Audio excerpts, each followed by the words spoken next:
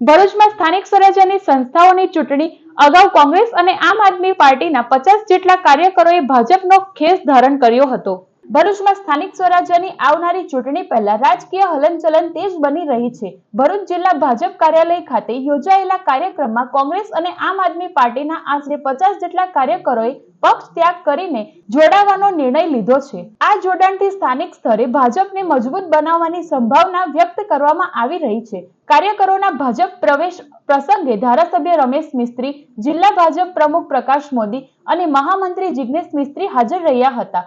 આગેવાનો દ્વારા નવા જોડાયેલા કાર્યકરોનું સ્વાગત કરીને તેમને પક્ષની વિચારધારાને આગળ વધારવા આહવાન કરવામાં આવ્યું હતું। નગરપાલિકાની ચૂંટણીમાં કોંગ્રેસના પૂર્વ ઉમેદવાર શંકર પટેલ સહિતના આગેવાનો ભાજપનો ભગવો ધારણ કર્યો છે। નાનું ખિસકોલીની જેમ એમને વેગ આપવા પાર્ટીમાં જોડાયા છે।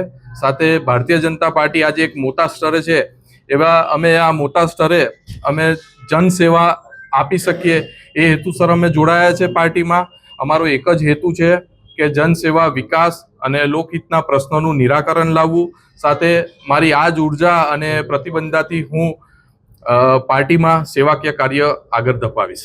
ભારતીય જનતા પાર્ટી કે જે એકાત્મ માનવવાદ અને છેવાડાના માનવી સુધી અંત્યોદયના વિકાસ માટે જે કાર્યરત છે અને વિશ્વની સૌથી મોટી એક રાજકીય પાર્ટી તરીકે જેની સંખ્યાની નોંધણી થઈ છે, એ રાજકીય પાર્ટીમાં આજે ભરૂચ જિલ્લાના મુખ્ય કાર્યાલયમાં આમ આદમી પાર્ટીમાંથી ભારતીય જનતા પાર્ટીમાં પ્રવેશ કરનારા મુખ્ય જે લીડરો છે એમાં શંકરભાઈ માછી, આકાશભાઈ મોદી અને તેજેન્દ્રસિંહ મહારાઉલજી, એ ઉપરાંત ચાવજ ગામના, રાળપોર ગામના મુસ્લિમ આગેવાનો આ પણ મોટી સંખ્યામાં જોડાયા છે।